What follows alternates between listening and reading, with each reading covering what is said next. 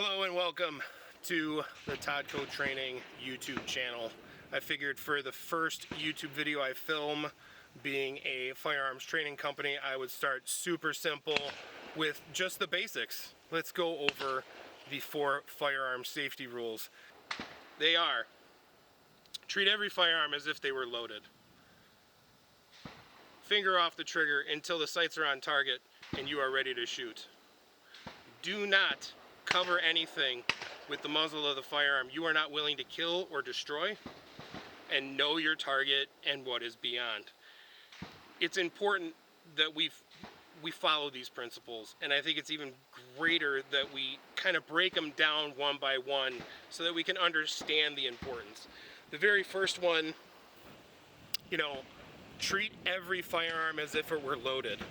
What does that mean? That means any firearm I come into contact with, whether it be my personal self-defense weapon, a firearm at a gun store that I'm interested in purchasing, a buddy shows up and wants to take a look at your guns that you have stored in your safe.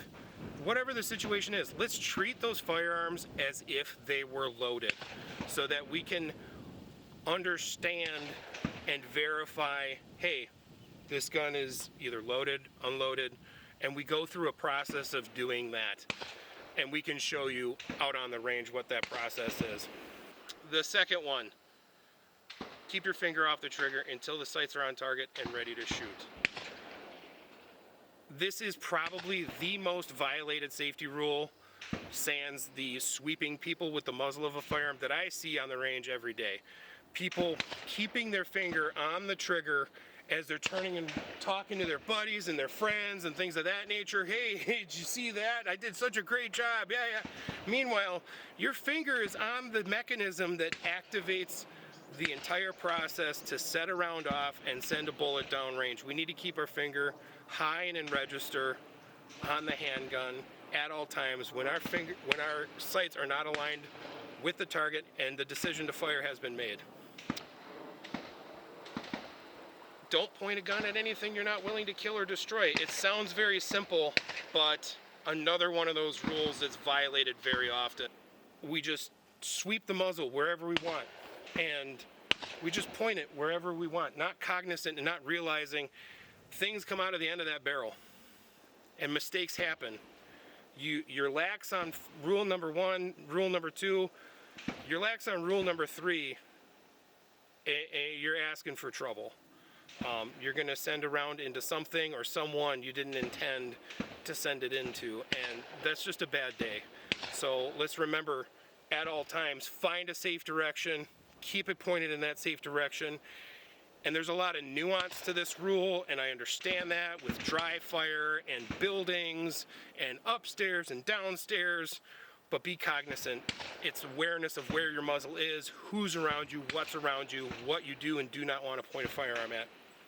And then finally, knowing your target, what is behind and around it. Why would that be important? Well, I think in its self-defense context, I want to hit the person that needs to be shot. This person is a deadly threat to me, to someone I care about, to a third party. We need to make sure that person's shot, not anybody next to them, behind them, around them at all. Often, I've heard this and I've told other people this as well. There is an attorney attached to every single bullet that leaves the muzzle of your firearm. You probably hear right now, we're at a shooting range. It's an active range, it's a public range. There's all sorts of gunfire going on in the background. There's a lawyer attached to every single one of these bullets you hear. Even here out on the range as we're training. One of those comes over the berm and hits me, or hits Tony behind the camera, or God forbid, Brett. Whoever fired that round is responsible for it. It doesn't matter that we're at a shooting range. It doesn't matter they didn't mean to do it. It happened.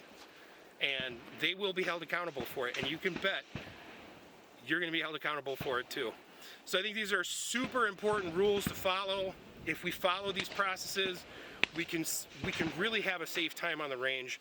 And I think it's a basis for which we need to operate on going forward with all of our training. So I appreciate you guys tuning in. Stick around. We got more great content for you coming up.